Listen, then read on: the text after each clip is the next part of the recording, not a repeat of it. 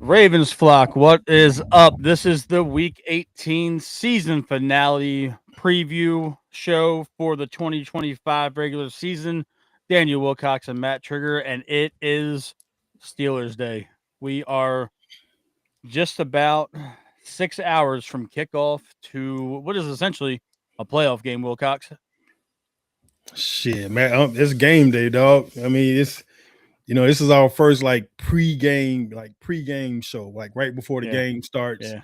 and we talking about the freaking Steelers versus Ravens, which has always been like Mike Tyson versus freaking Evander Holyfield type fight, rumble in the jungle type deal, big heavy hits, heavy blows, one haymaker after another haymaker. It's a huge game, man. This is for all the marbles. This is for the AFC North. Whoever wins this game wins the North. And I mean, that's huge, bro. Like I can't think of a better situation for us to be in right now at the end of this season. And we win this game, we into the playoffs. If we get to the playoffs, hell, the record doesn't matter. It's 0-0. You're right. It's kind of a surreal thing because the last time we were on air, we were talking about Derrick Henry going crazy and how it took 17 weeks for it to happen. And then we kind of let off the show was saying, well, we still need Cleveland to beat Pittsburgh. Mm-hmm. And you were like, this is over, buddy. Yeah, it ain't gonna happen. And then the unthinkable happens where Cleveland holds Pittsburgh to 6 points. And they were more focused on not letting Myles Garrett break the sack record against them than they were about winning the football game. And all of a sudden, we're flexed to Sunday Night Football, and they got arguably the most historic, hard-hitting rivalry closing out the regular season because there's no Monday Night Football in the last week of the season. So we are the last game of the year, and it's kind of surreal to sit here because we went on a 5-game losing streak. Then we went on a 5-game winning streak, Mm-hmm. and then we lost a couple that we shouldn't have lost. Yeah. And then we, the Cleveland Browns out of everybody in the world helped us get to this point. And I don't know, man. It's you got this is for everything. This is our season right here. We lose, we're done. There's no wild card. There's going to be one team from the AFC North in the playoffs this year, and normally Man, there's 2 or 3. I don't think I would want it any other way. Nail biting, every single snap count. It's a game of inches.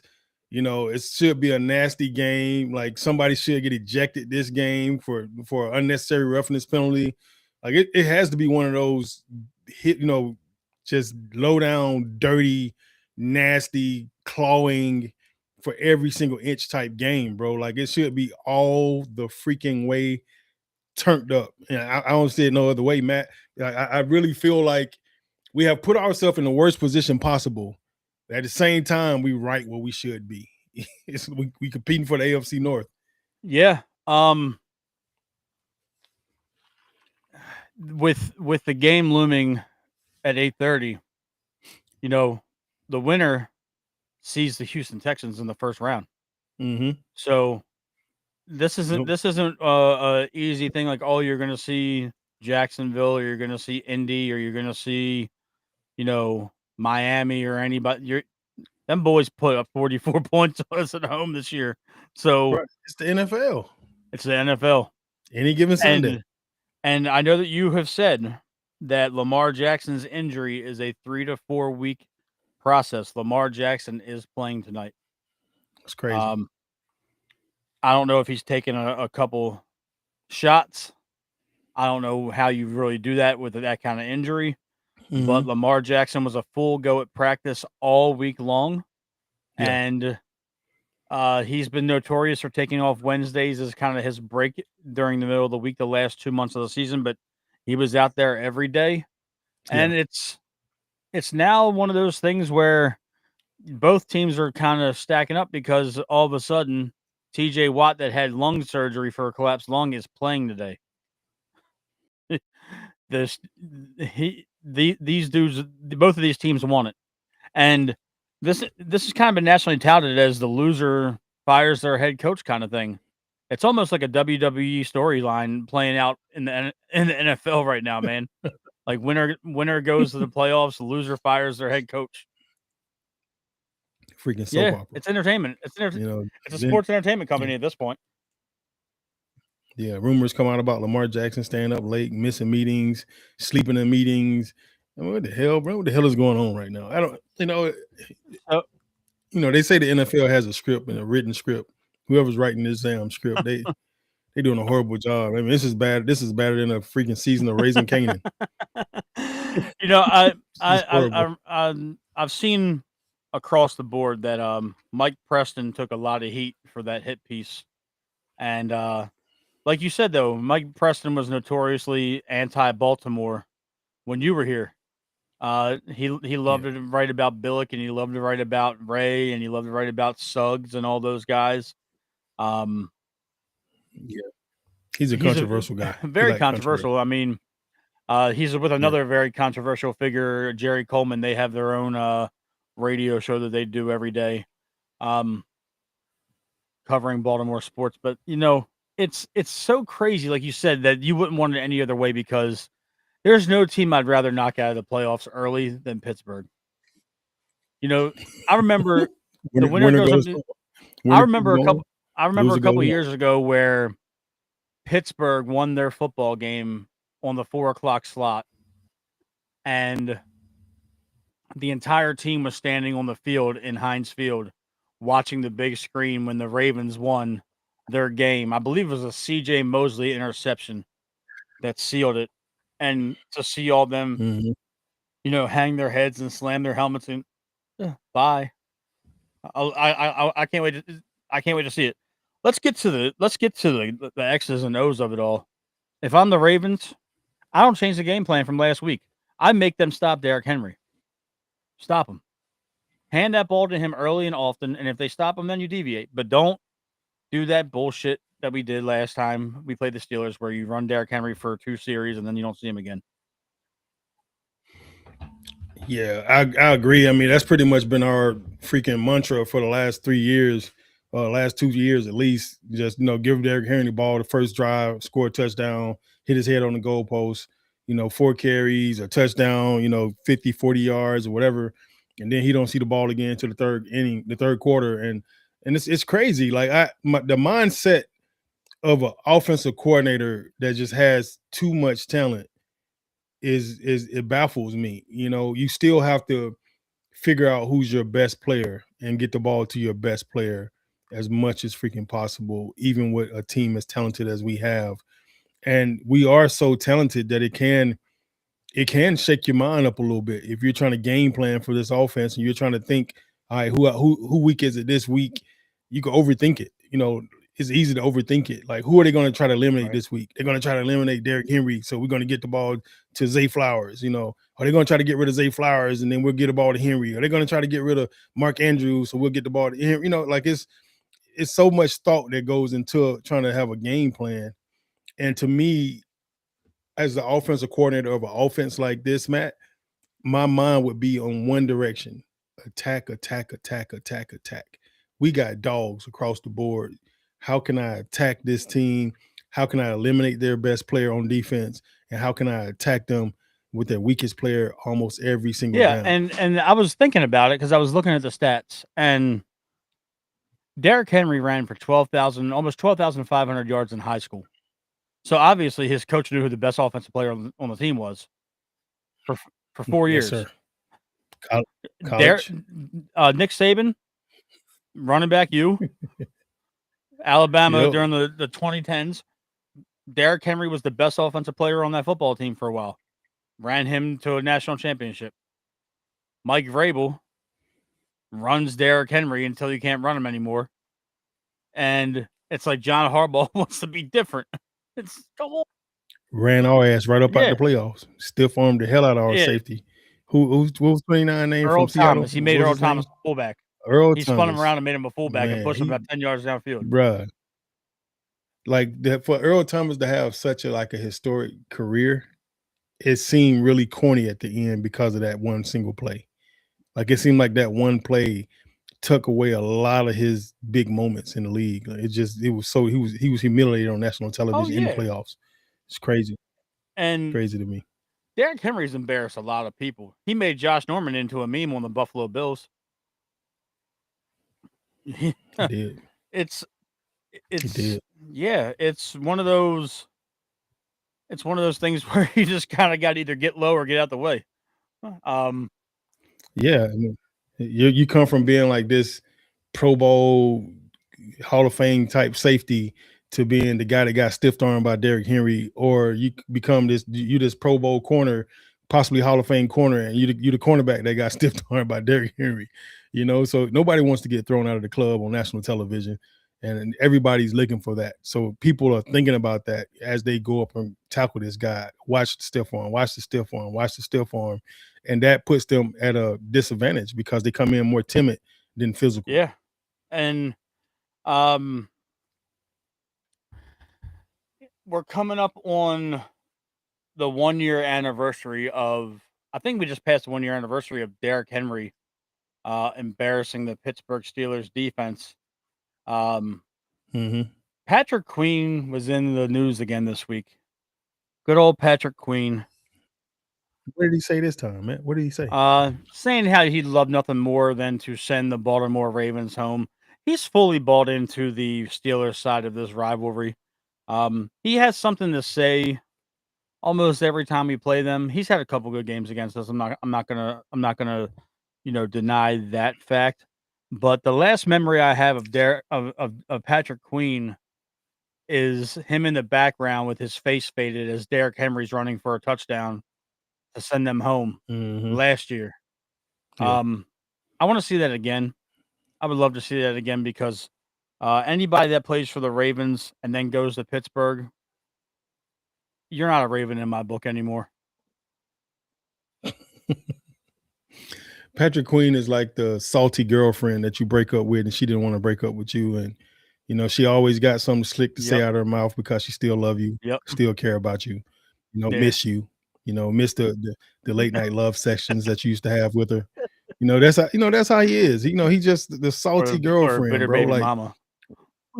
Yeah, bitter baby mom. I'm gonna take you to court for child support as soon as you get the opportunity. I see you doing well with somebody else. Yeah, it's 100%. I hope you fail in everything that you do. He's the guy that I just hope you fail. He's a professional hater. Nothing. Yeah, professional hater. Nothing more I would like than sending the Baltimore Ravens home because that organization really mistreated me. All we did was draft you in the first round, pretty much blindly because it was COVID. Couldn't scout you, couldn't really do our, diligence the way we thought. Paid you a lot of money, made you the focal point of the defense. And then when you sucked, we brought in Roquan, and then you made an all-pro, and you made a Pro Bowl, and then you got a $45 million contract. But screw the Ravens, right? Thanks to us. Yeah, thanks to us. Bitter girlfriend. You're all making I've $1 done million for you, a week, buddy. You're still mad. upset. Like, what are you mad about? That's right, JT. JT said the Ravens gave him a shot, and he's just ungrateful. But that's how ex-girlfriends are. You're like, you've done all this stuff. You bought them underwear, you bought them shirts, you bought them shoes, you bought them clothes, you taking them to dinner, you taking them to the movies. You spent all this money on them, bro, and then they leave and they hate you. I'm like, what? Why would you hate me? All I did was love you. Yeah, it's by the way, I'm grateful that you're seeing comments now. I'm grateful because you saw that before I did from JT. But it's just so crazy to me, man. That why are you gonna talk shit when you were put on a poster by Derrick Henry last year, man? It's crazy to me.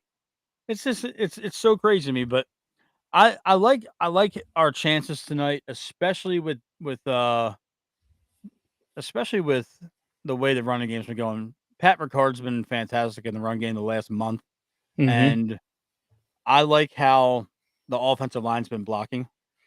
Yeah, and I just think that with the fullback play, the tight end play, Charlie Kohler starting to get involved in the pass game a little bit more. the best way to beat these guys are to the best way to beat these guys are to keep that offense off the field. Yeah, because Aaron Rodgers diced us up last time. Yeah, he diced us up last time, and you got to put pressure on Aaron, man. And we have not gotten pressure all year long. We struggle with getting pressure, 4-man rush, 3-man rush. It doesn't matter. We don't get there. And with a guy like Aaron, the more time you give him, the longer the day you're gonna have. Yeah, it's one of those things where you get pressure against guys that don't really need it to not play well. And then the guys you need to pressure Joe Burrow, you need to pressure Aaron Rodgers, you need to pressure Pat Mahomes, you need to pressure Josh Allen, and we didn't do that against any of them this year. The only thing that's saving us right now, Wilcox, is Calvin Austin is banged up. He's a game time decision, and DK Metcalf is serving the second game of his suspension for slapping the shit out of a fan. Now, DK, great job, my boy. I appreciate you. Thank you for looking out for us. Thank you for sprinkling the powder on and open hand slapping the shit out of that Detroit Lions fan. That we were very grateful for. Appreciate you, DK. Yeah, and I didn't know that Jordy Nelson was the dean of discipline for the NFL, the former Packers wide receiver. Mm-hmm. So he did a fellow wide receiver real dirty, upholding that 2 games. It's not Jordy's fault on this one, boy. I didn't know what the hell DK was thinking. First of all, you're in the middle of a game. To go over there and actually speak to a fan in the middle of a game, like what were you thinking? Slap him. Yeah, then he reached up and grabbed him, pulled him down to him, and then he pushed him like with the slap or the punch or whatever he did to him. It was very, very, very dumb on his part. Very dumb. Yeah. Switching gears for a moment, JT. I had a chance to meet JT at the Ray Lewis event. He's a real good guy. Him and his wife Amelia, they're fantastic folks. Is the Zoe experience done? Is Zach Orr potentially coaching his last game as the defensive coordinator of the Ravens? It's a great question, JT. Now, look, I cannot speak for the Harbaugh team. I cannot speak for the front office of the Baltimore Ravens. I think if I'm in the front office, I got to make some decisions at the end of this year. But my decisions wouldn't be what you probably would want them to be, JT. I would think Zach Orr would be done. The Todd Monken thing would be done. I would be trying to figure out who's the best situation for Lamar, moving forward. I would feel as a unit, as a team, as a franchise, I would feel like I have let the city of Baltimore completely down. I have let the owner of the team, Steve Bisciotti, completely down by not winning at least 2 or 3 Super Bowls in the last 5 years. So me, Daniel Wilcox, if I'm in the front office right now and I got any kind of pull, I'm probably letting go Monken. I'm probably letting go Zach Orr, maybe even Harbaugh at this point. I got to hold him accountable for not holding his coaches accountable. And I think some heads got to roll. And when you do that type of thing, to me, you may have to clean house with everybody. And unfortunately, I feel like T. Martin has done a good job with Lamar, as far as the development of him. So when I started thinking about T. Martin, like what role should he have been in by now? As long as he's been there, is he one of those guys that's just going to be like a solidified position coach his entire career? I feel like he's been in Baltimore long enough where he could have been an OC already. So I don't know what that whole situation is or why he's never gotten that opportunity, or even if he applied for it when it came up. I don't know. But to me, he should have been in a position where he could have been an OC by now, and maybe we would have seen a different Lamar by now than what we have. I'm gonna touch on that for a second because I agree with you about T. Martin.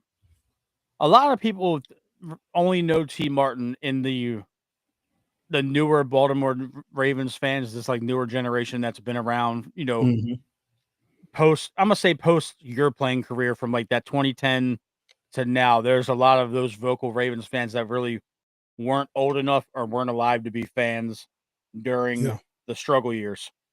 The struggle years. The struggle year. I mean the Kyle Bowler years. I haven't talked about him a whole lot this year.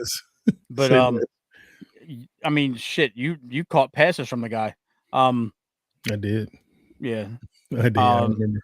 Yeah, I'm glad. But T. Martin used to be an NFL quarterback. He played in the league. Mm-hmm. He was a really good quarterback in college. I believe he was at He was Tennessee. University of Tennessee, the Volunteers. University of Tennessee. He He was on was the a Volunteers. phenomenal quarterback at Tennessee. I think he was either there during or before the Jamal Lewis era. I think he was with Jamal actually, or Jamal last year was his first year or something like that. Yep. Yeah. So Because T. Jamal was there Martin's. with Peyton Manning too. Yep. Because Jamal. I mean, so T's been around the game for pretty much 30 years at this point, whether it's a player or in a coaching capacity. I believe T. Martin. If you want to continue, if you're going to extend Lamar, obviously there's no choice but to. If Lamar's going to be your quarterback for another 6-7 years, which he damn well should be, I don't care what anybody says. I'm more over the Harbaugh thing than Lamar, because we see what it's been the last couple of years. At the end of the season, like you said, has been coaching.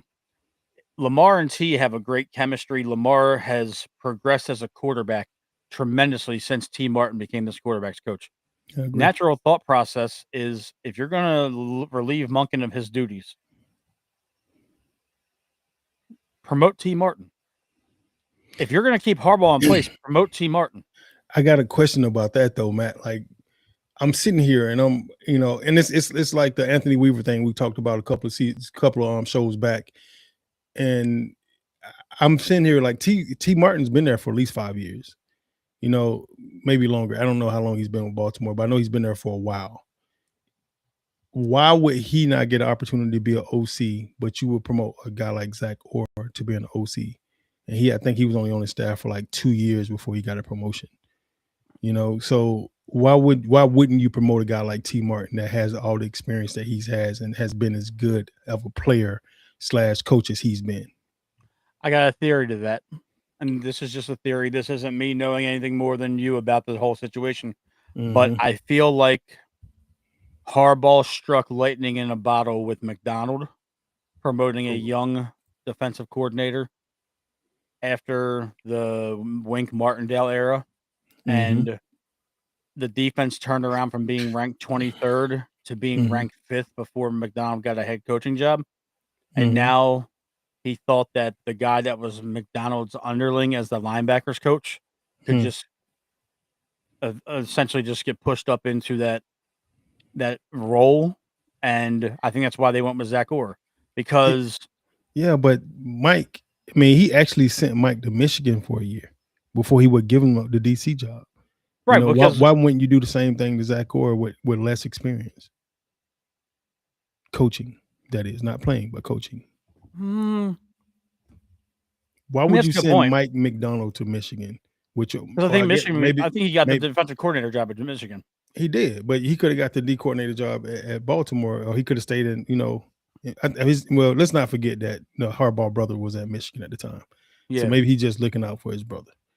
Oh yeah, that might have just been like a 1-year handshake agreement. Yeah, and he knew that if he brought him there, then they would have an opportunity to bring him back. Because that whole Wink Martindale thing ended kind of abruptly and kind of weirdly. It did, and then I think Wink went to New York. He did.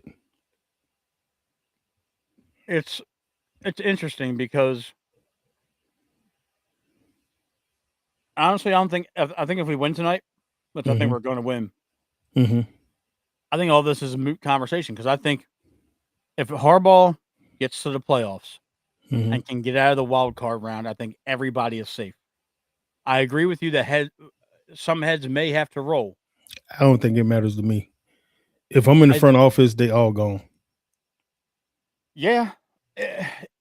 If we don't win the Super Bowl, they all gone.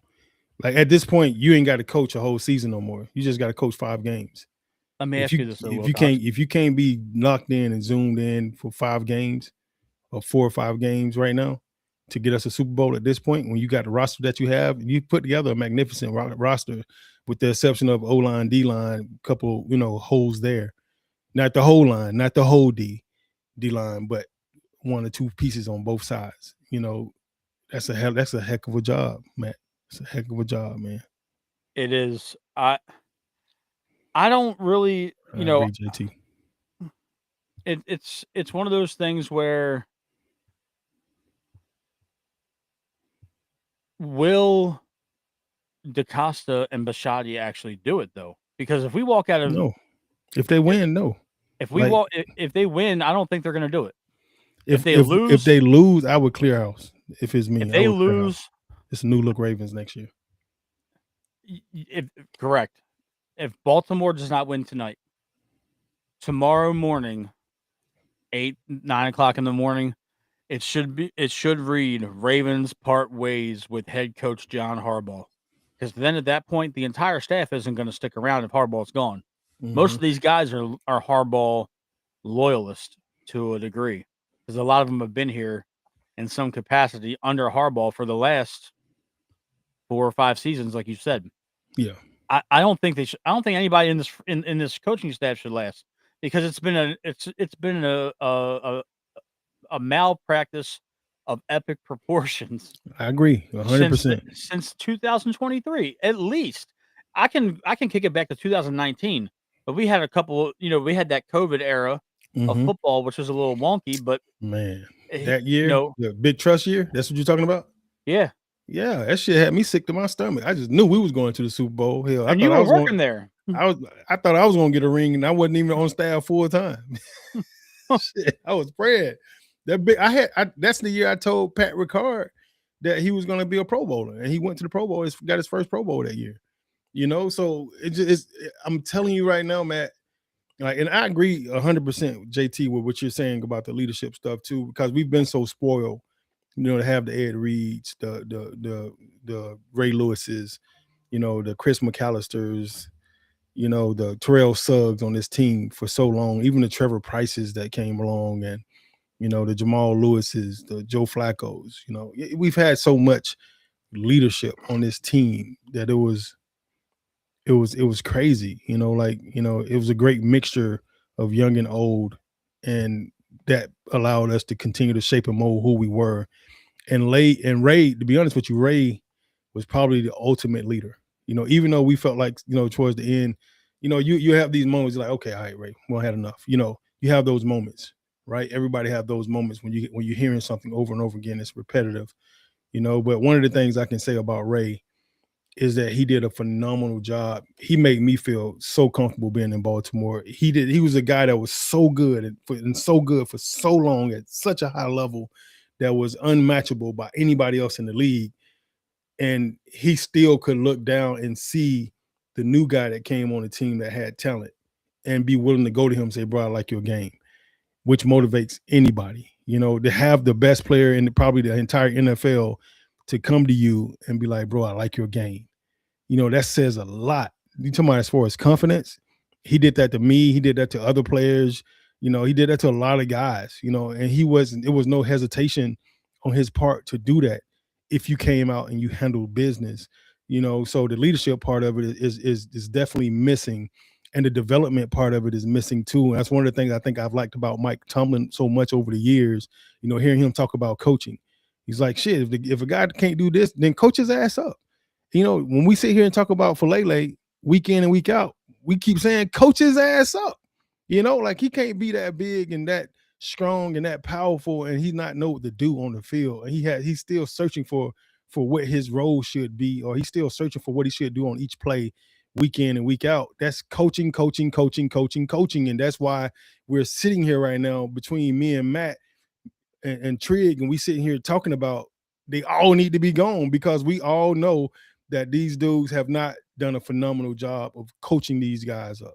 And when you talk about coaching, I played high school football, and my offensive line coach in high school was Mike Dahl. He played center for Dan Marino at Pittsburgh, and he played center for the Indianapolis Colts and the Kansas City Chiefs. He would watch film with just the offensive linemen, and he would pick apart what we were doing wrong, but he would coach us up on it. He told us he would have the film on the projector, and he would say, Trigger, I don't care if you miss your blocking assignment. Get upfield and hit somebody. Right. If it's a run play. If it's a pass play, if it's a pass play and your guy goes by you, just start sinking your hips and kick step, and then hopefully you can catch somebody on a rebound. Right. That was how I was coached. And he said, I don't care. He's like, if you get our quarterback hurt, I'm going to be on your ass, but hit somebody. And Falele stands around, doesn't hit anybody. He had his best game last week. He did. He was taking out two defensive linemen on pulls. He was trapping people. He was pass blocking. I'm like, Jesus Christ, he must be listening to me and Wilcox because he had a hell of a game. He did. He did. It goes to show you, man, if you just move your feet, you eat. All he did last week, he still didn't make great, powerful, explosive ass blocks. He just got in the way most of the time. And his big ass body moving and getting in the way was enough to knock down 2 or 3 guys.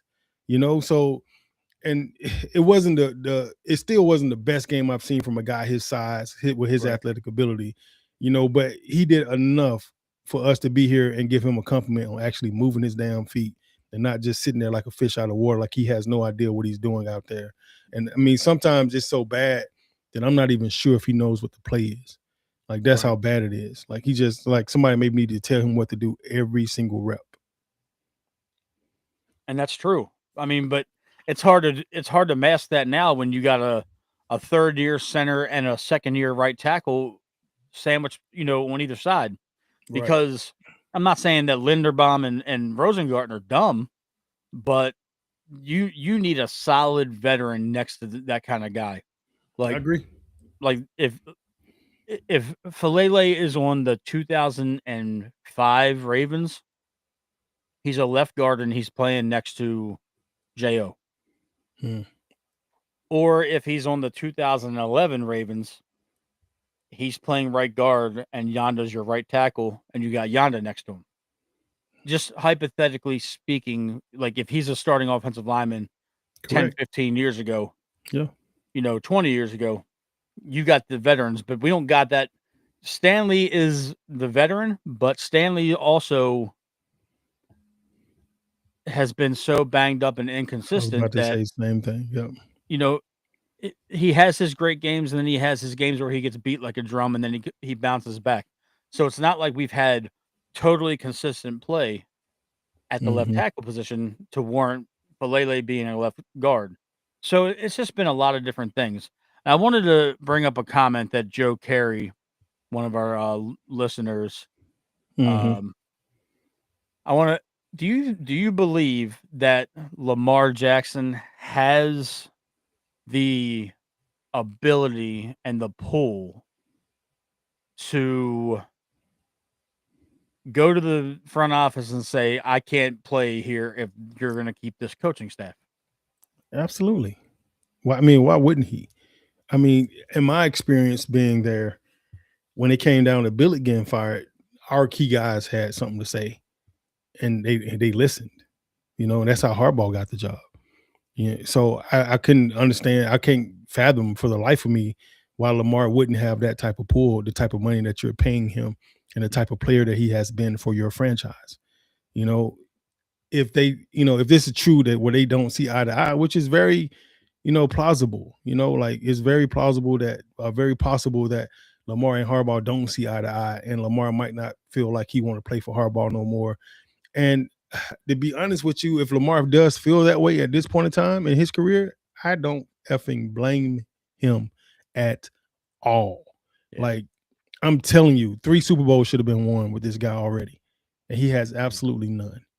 And it's not because of lack of talent; it's lack of coaching. And when I say lack of coaching, I don't think that Harbaugh's staff is incompetent.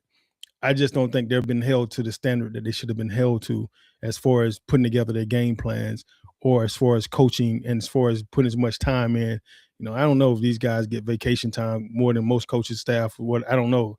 What I'm saying is, a lot of times we go into these games and it look like we just go into the game and call our plays. And in this league, you have to game plan against these genius OCs you're playing against every single week, week in and week out. You have to put together a game plan for your guys to do their best. Yeah, I agree with you. You said it perfectly. And it's definitely it's definitely one of those situations where Lamar has every right to walk in there, and I'm gonna be a little bit blunt about the whole situation. Lamar has the ability to hold this entire team hostage in the off season. Yeah. If things go sideways tonight and we lose, Lamar Jackson the next 2 years total counts 152 million against the cap the next 2 years combined.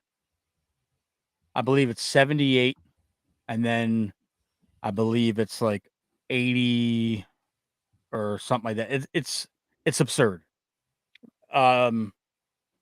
They structured this first extension to pretty much have him become the highest paid quarterback again 3 years in, and that's what it's looking like right now.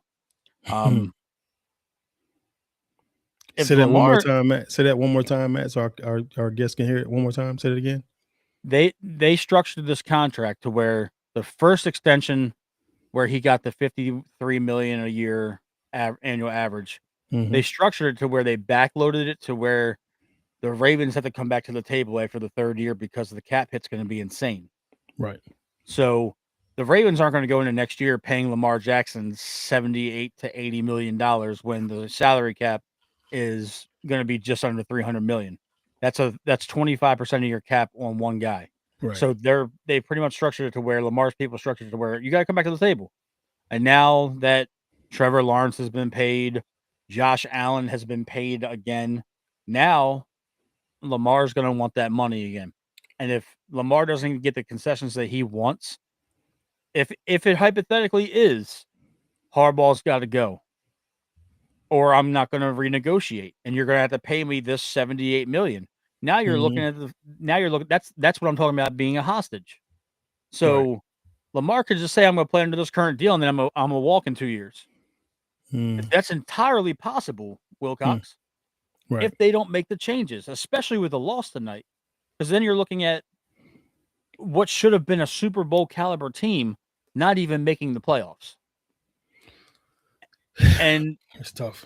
It's tough. I mean, the Ravens are handing out extensions to a lot of guys that we didn't think they were going to really worry about until the big ones were done. They just extended Travis Jones, which is a great move. They extended him, and he's been playing out of his mind since he got the extension. They extended a fellow nose tackle yesterday, big fellow John Jenkins.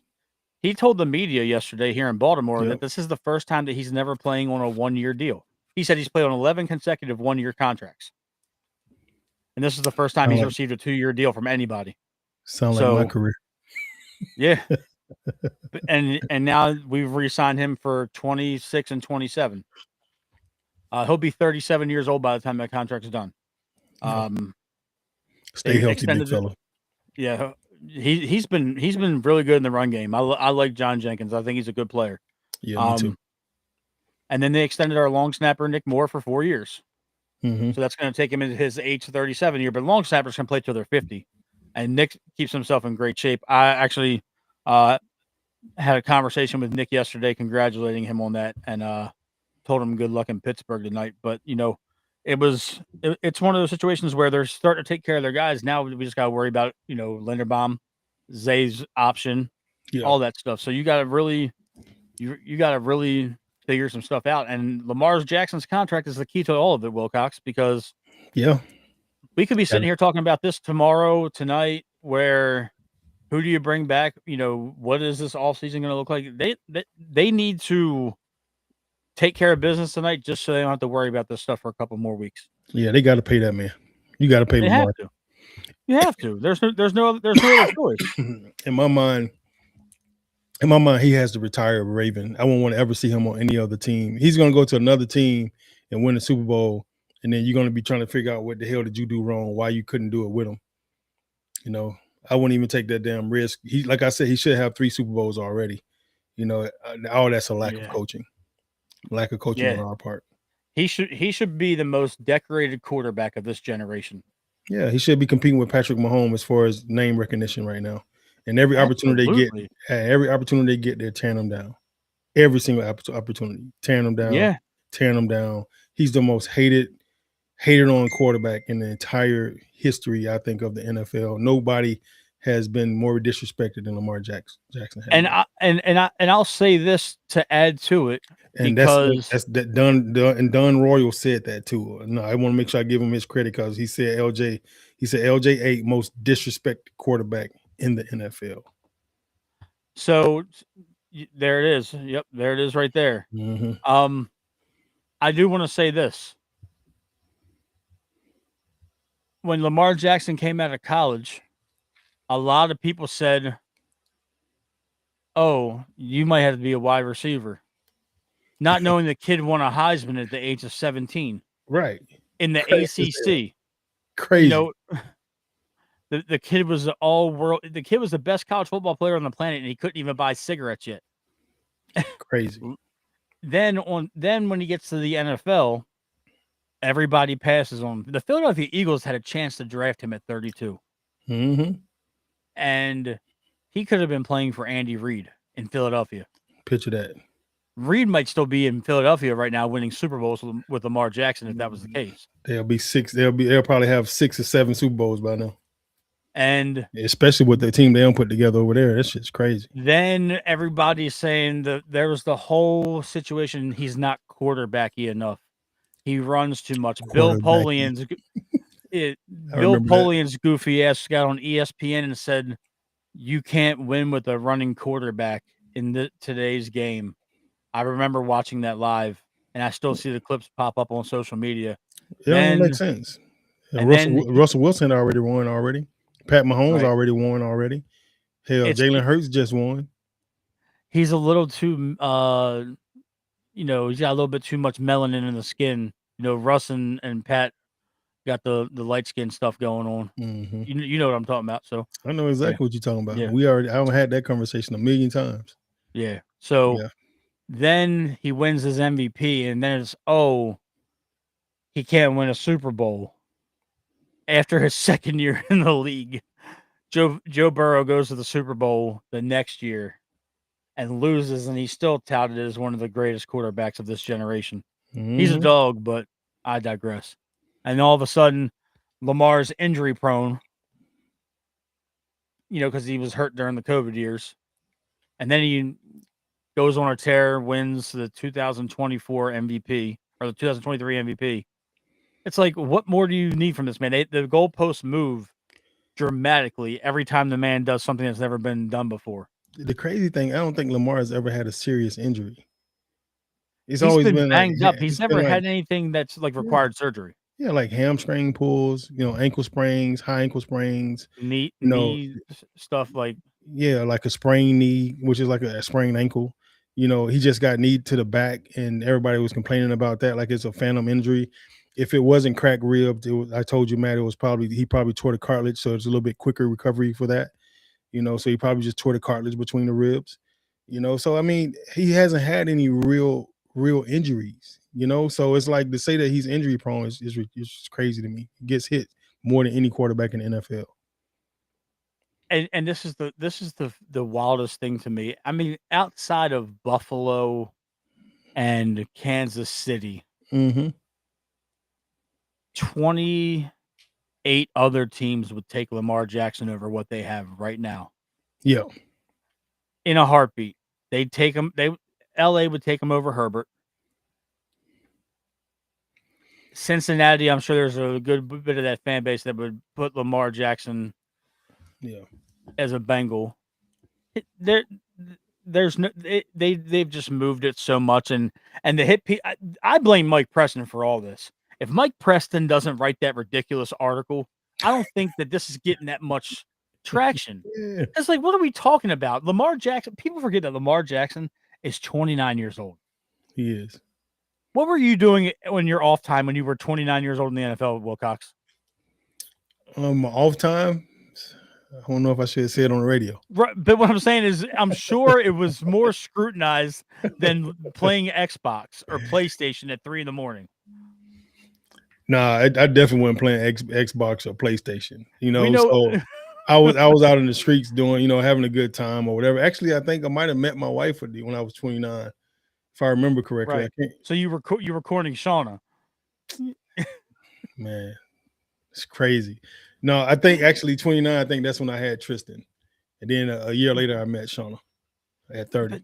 But yeah, that's like you're criticizing a 29-year-old man for having a hobby.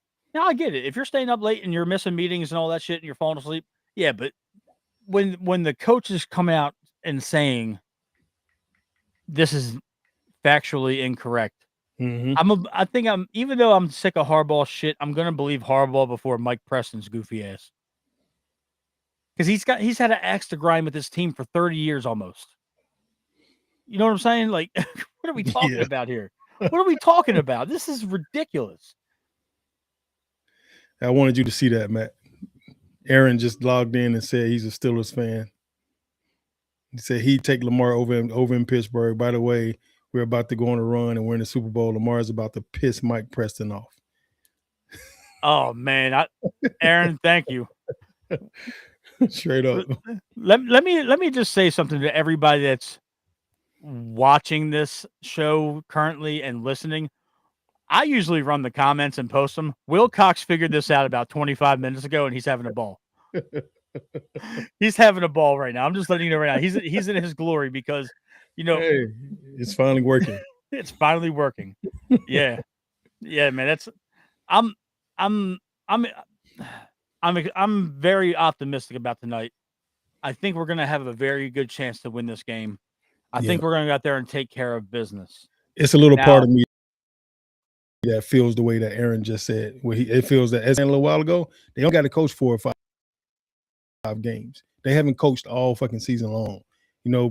Put all the other shit to the side. So the wives, the kids, family members, whatever you got going, somebody passed away, just lock the fuck in, bro. And just for 4 or 5 weeks of your life, give this everything you got.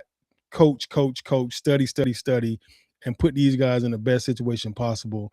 And I think we could find a way to win the Super Bowl this year if we really thought about it. If we go and win the Super Bowl this year, this might be the most pissed off Super Bowl celebration I've ever had in my life because they made this shit so hard on us. And it'll be the most historical one in the history of the NFL. Nobody's ever done it like this. Nobody's ever done it. So if we did it, you talking about rewriting history, like making your own history, like his story is going to be different from any other history there has been in the last 150 years. Yeah. This might be the most. If we go on this 4-game run, and Lamar does the unthinkable, and the Ravens do the unthinkable, you're looking at a bona fide, legendary, first ballot Hall of Famer. This will cement his legacy. His legacy's already set in stone, but this puts the gold sheen on a stellar career. Yeah. And honestly, Lamar could do this and retire, and I'd be happy. I would be happy if Lamar wins the Super Bowl out and he says, "I'm done." Yeah. All right, Lamar, you got that, bro. You were here 9 years, bro. Dude, like you gave us your entire 20s. You don't want to see that shit. I'm telling you right now, Matt. If he won a Super Bowl this year and retired, you talking about a whole nother damn can of worms going to be opened up. Yeah. You're going to be right back in the Cal Bowler era trying to figure it out. Jesus Christ. Yeah. So I mean, it's not any that we wouldn't any of us want to wish for that. We've been so freaking spoiled, man. And we've been spoiled as fans, we've been spoiled as players, we've been spoiled with the city of Baltimore, we've been spoiled with the atmosphere at M&T Bank Stadium, we've been spoiled with freaking Larry Rosen running the stadium for 10-15 years and just understanding what it took in order to get everybody involved, players included. I mean, it was a point of time where we was arguing over the score, like over the music that they played in the stadium before the game when Billy was there. I remember that shit. It was like, what? Bro, it's before the game starts, that's our time. During the game, like in those third down situations, you got to play shit that we that get us hyped, not just the fans. Right. Like that shit Pittsburgh plays when they play the damn music when, at third down and, you got to have those nostalgic songs that really make us want to, go crazy. We used to play some head busters on third down, and we all got them bust some damn heads on third down. You know what I mean? Like, yeah, you got to have that stuff, man. Like, and it's so many things that we take for granted, and we have had leadership here so long. So to see a team with no leadership is kind of disheartening, and a lot of that is coming from the coaching and not finding the guys that should be your leaders and putting them in place to lead. I agree with you. I felt this way, leading up to, once we, locked the Showtime down. I was like, there's a part of me that wants this season to just hurry up and get over with. But then there's like, okay, they win tonight. Like you said, we're 0-0. It's a whole new season. And, 2012, Flacco went on the best 4-game stretch of his life. He was invincible. Granted, he had a bunch of dogs on the offense, going up and getting the ball for him. I question if this team has the mental fortitude to get through a 4-game stretch. Yeah. But we've had some ugly games dropping the ball, but shit. Yeah. I mean, because this is the type, the postseason is where you can't let that shit get to you, and this team lets shit get to them. Yeah. Last year in Buffalo, Mark Andrews cuts sideways, almost backwards, to try and get upfield, the fumble. He was in his head the rest of the game. Crazy. Zay makes a mistake. But we ain't knock on wood right now, boy. Yeah, Pittsburgh is usually the game where we have those stupid ass games with all the drops. We dropped 4 touchdown passes there. 2 years ago, last year, or something? Yeah. So to me, crazy. I don't know if this team has somebody on this roster that can reel these guys in if a mistake is made, because nobody plays mistake-free football for 60 minutes. You're gonna make a mistake somewhere, Wilcox. This team right here did. That team right there. That team right there. Yeah. Yeah. When they introduced the all black uniforms, and you had Suggs with the Bane mask and the black visor, and you had Haloti Ngata looking like a mountain, and Ray and Ed and all those them dudes were. It's still funny because I brought it up a couple times this season, but Rex Ryan told Mark Sanchez, "Don't look at the introductions when you across the field. Yeah. Don't look at Ray and true. Suggs come out." and Sanchez said, "I looked at Suggs come out with the Bane mask and the fire raising out of his hands up the the pylons and yeah." And then Ray comes out and the entire stadium is going absolutely crazy. We don't have that anymore. I remember seeing guys saying, "Did he just eat the grass?" Right. It was a different era of football. It was, man. It was. I mean, Ed Reed, you never felt safe throwing the ball against the Ravens with Ed Reed out there. You had Jimmy Smith, you had, Ladarius Webb, you had McAllister for all those years. Like we don't have those kind of guys that can. I don't see anybody right now, Wilcox. I don't know if you do, but I don't. I almost feel like we too nice. I mean, even as freakish as Kyle Hamilton is, he's so clean cut. Right, like you don't got no hair on your face, and you're trying to be a wild dude. Like you don't got no. There's no like callus. Yeah, man. There's no callus. I don't know, bro. You got to have some guys with some edge to them, bro. And, like Zay looks like he's 14 years old. Marlon looks like he's 17. Yeah. Roquan. We got to get back to playing great defense, bro. I want to take Roquan seriously. Then I see the shit that he wears to the stadium. I'm like, really? Like, you want to be a fashionista and then you want to be a middle linebacker? Come on. Mm-hmm. Yeah. Come on. Like, Ray Lewis wore the suits, but he didn't wear the goofy shit. I think that's all our problem, man. That's why when Kyle Hamilton said y'all Ravens fans have been spoiled. Like, you've been spoiled with different levels of dope shit. And now you have to look at this generation differently. And you see how almost comical some of the outfits or the guys wear is it's kind of weird, bro. It just makes you feel like, damn, we're a very eclectic team now. You know, it just feels that way sometimes. And even though, you know, these guys are just trying to, you know, voice, you know, how they feel fashion wise and just show that they do have a sense of style, or they trying to be fashion forward. But I mean, even that walk to the game, when you get out of your car and you go downstairs the elevator and then you walk through that tunnel to the players' locker room, that stuff has become a red carpet nowadays because of social media. And back when we played, we had a fashion show, but it was literally just amongst us. You know, we just wanted to see what each other were going to wear to the game. So we put that shit on for each other. Now you're putting it on for the entire world to see, and now everybody get a chance to judge, you know, judge what you're wearing. And that's become another distraction, another form of distraction for these guys thinking about what they're going to wear. Like I can remember some games where, you know, we stayed at the hotel that night before. You know, I just jumped in my car, came right on over. I almost was ready for the game when I walked through the tunnel.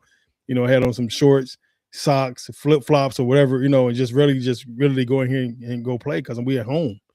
You know, now you can't even do that on a home game. You know, so it's like I just think it's another form of distraction for these guys.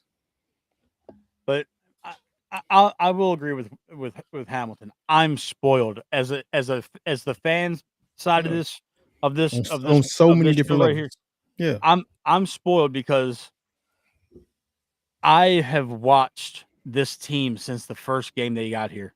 Mm-hmm. I was in second grade when they got here. I was my daughter's age when they got here. Right. And I have religiously watched this team. My father and my brother and my uncle, we all rotated. We had Section 500, Road 20, seats 1, 2, and 3 for 15 years. Wow. You know, we were there every preseason game, every regular season game, no matter the weather. We were up in those stands going crazy. We were in the section right next to Real Fan Dan, who gets almost ass naked and spells out Ravens. Mm-hmm. That dude, that's a funny dude right there. He's a funny dude. That's a wild ass dude right there. He's been doing that shit for years. And, you know, I've watched so many players come through here, and then I saw the 2000 defense. Yeah. I saw Jamal Lewis run for 2,066 yards. I saw the 2 Super Bowls. I saw, you know, that's awesome. That's awesome. But as a fan, I have been spoiled, and I have a certain expectation of how to be a Raven, of how these guys should be Ravens. And I don't see anybody on this team that strikes fear into opposing players on another sideline. Yeah. You watch anything on NFL films, you watch anything, you know, on ESPN, you watch it the 30 for 30, like the Bullies of Baltimore. Other players legitimately feared us, Wilcox. Mm-hmm. It was a real fear that these players had. And now, are you going to be fair? Are you going to be scared of a grown man wearing a cropped mink or, you know, faux leather jacket to the game? Yeah. Are you going to be scared of the dude that's wearing a suit that is locked in, or that's wearing a team sweatsuit that's locked in? Like you guys didn't do the fashion shit like you just talked about, but there's nobody on this team that scares people. Nobody wanted to get hit by Ray. Nobody wanted to throw deep with Ed. Nobody wanted to play special teams against you guys. Ray wore a crop shirt underneath his pads. I mean, we all did. Yeah, that's different. I mean, shit. Some of y'all didn't even wear a shirt under your pads. Yeah, that's psychotic shit. Right. You know, I tried that. I tried that one time and had so many like abrasions on my chest. Like I look like I just went through like Spartacus. It was crazy. Yeah. I never did that shit again. I didn't even wear I had my belly out, but that was, you know, that was, you know, 25, 30 pounds ago. But but you know, I say all that to say this, that I just want somebody to step up and be that guy tonight. The only guy we got that's freakish like that is Kyle Hamilton. He worries defenses. I don't think he scares them, but I think he worries defense. Like, oh shit, we got to play against Kyle Hamilton tonight, but you got to be ready. You know. He's right. He's right. Let's get real. Your nipples went wrong. Bro, that shit was rough. I was gonna let that one slide, man. Nah. Brandon played. He was a couple years behind me at Mount St. Joe. Yeah. So, I actually, his older brother Chad, good friend of mine. He was the center on the football team, and when I was a freshman, they beat the shit out of me playing nose tackle. To prep for their weeks. Freshmen get beat up. Tuesday, Wednesday, Thursday. 100%. But let's get to the favorite part of our show, which is the prediction part. We always I know you got your handy dandy notepad somewhere around you. Blues Clues style.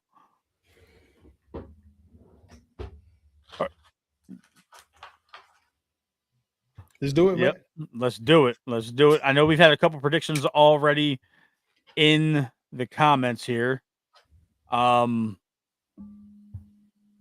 going to turn it over to you so you can make your predictions first. Offensive player of the game, defensive player of the game, and final score. All right, my offensive player of the game this week, I really needed to be Lamar Jackson. He's making this comeback, and he's getting a chance to be in front of the entire world again. So I'm going to say Lamar Jackson on offense, 100%. I think he's going to have a phenomenal game tonight. People have been talking shit about how well he's played, how well he hasn't played. He's been hurt all year, whether he has been or not. I think he's going to come back tonight and play phenomenal. I really do. I think you're going to see the explosive Lamar. I think you're going to see him running the ball. You're going to see him throwing the ball. He's not going to look timid. He's going to have a phenomenal night. He's going to do whatever it takes to win this game. Just put his body on the line for it. So I'm going to say Lamar Jackson's going to be my offensive player of the game, which is going to be hard because I think Derrick Henry is going to have a phenomenal night as well. Yes. And then on defense, on the defensive side of the ball, I need my ATLians to come out, man. Kyle Hamilton, Nate Wiggins. I need those guys to show up big. Secondary got to be on one this game, like legitimately on one. You don't have a DK Metcalf out there. The Austin kid is not out there as well. So, to have those two guys not be there, and yeah, you still got Aaron Rodgers. You're still going to put the ball all over the damn place. You're going to throw the ball to the open guy. I need those guys in our defensive secondary to show up big, and we got to put pressure on them. So I'm going to go with Nate Wiggins and Kyle Hamilton as far as defense. And on offense, I'm going to go with Lamar. And I'm cheating, Matt. So don't say shit. All right, Matt, Lamar, and I'm going to go with Derrick Henry on offense. So the score prediction, it's a Pittsburgh Ravens game, bro. It's going to be a tight game. It's going to come down to a field goal, I believe. It's going to be within 7 points. I'm going to say Ravens 24, Steelers 21. Ravens 24, Steelers 21. Got you. Okay. Before I do my prediction, I just got an alert on my phone. Myles Garrett broke the sack record. He got his 23rd sack today. Good for him. Good for him. Shout out to Myles Garrett, who'll be a Raven when he's 35 years old. For sure. For sure. He'll go ring chasing in about 5 years. Yeah. After that $40 million a year is over. But tonight, my offensive player of the game, DeAndre Hopkins. D-Hop. I don't think it's going to necessarily be in the form of like a multiple touchdown game. Yeah. I think he's going to make a couple crucial third down catches, and I think he gets one touchdown to round out his season. That's been kind of by his standards, a disappointment. Defensively, I believe that this will be a Malachi Starks game. I think that he gets a turnover late and could potentially seal the game for us. Mm-hmm. He's due. He's had a couple interceptions this year. I think that this is his welcome to the Baltimore-Pittsburgh rivalry, and I think he has himself a standout freshman year game here in the league. Score prediction? Mm-hmm. I've been kind of bouncing back and forth with this all show. I've been seeing a lot of people say we're going to get into the 30s. I want to believe that. But if we go the route of Derrick Henry, like we did last week, there's not going to be a whole lot of time to score in volume as opposed to scoring at will and keeping their offense off the field. So my score prediction is 23-17 Baltimore Ravens. And I think we get our home game at the bank next week against the Houston Texans. It's gonna be a game to see. I'm looking forward to it, boy. Yeah. I'm looking forward to it. You know, I like the fact that, Joe Carey just brought up in the comments, Darnell Washington broke his arm last week, so he's not playing the 311-pound tight end. Yeah, I saw that for the Steelers. And I wanted to kind of bring that up though. We hit him one time after his first catch and gave him a concussion. He didn't even play against us. Mm-hmm. So I mean, it's not really gonna. I'm more worried about Freiermuth and Jaylen Warren and those guys, but Mm-hmm. I think we go to the playoffs tonight, and we live to fight another week, and we get to the postseason. We got to keep it 100 too, Matt. I mean, hell, Mike Tomlin's been Harbaugh's kryptonite. Yeah, he has. Shit. But we also talked about this at length last week, Wilcox. Harbaugh and them coached for their job last week. They heard the national media scrutiny. They heard the local media scrutiny. No matter what, it wasn't against Tomlin though. It wasn't against Tomlin. It wasn't against the Pittsburgh defense. I'll lie to you and tell you if I wasn't nervous. I'm nervous as shit right now. I'm nervous too. Yeah, there's doubt. It's.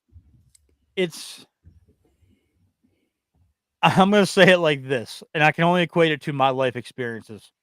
I've been a correctional officer for 15 years of my life. Mm-hmm. This year it'll be 16 years.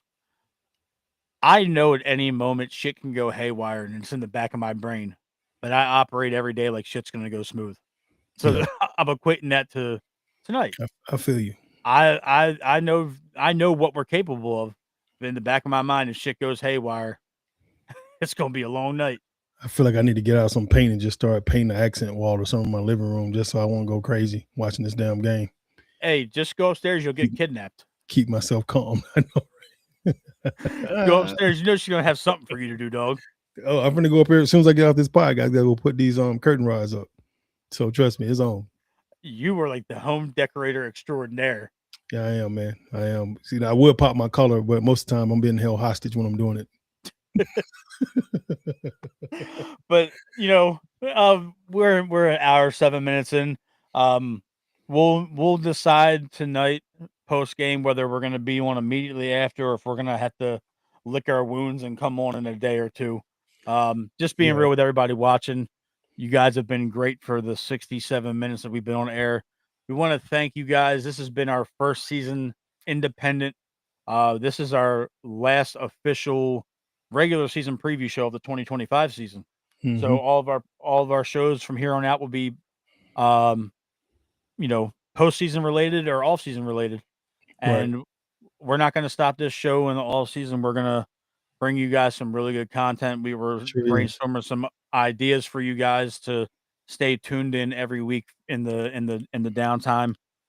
We got the draft and free agency in a couple months, but we're going to have some guests on and, we're going to start knocking that out of the park. So you guys don't have to worry about us going anywhere. Wilcox, where can everybody find you on social media? You can find me at Coach Wilcox on X and at Daniel.Wilcox on IG.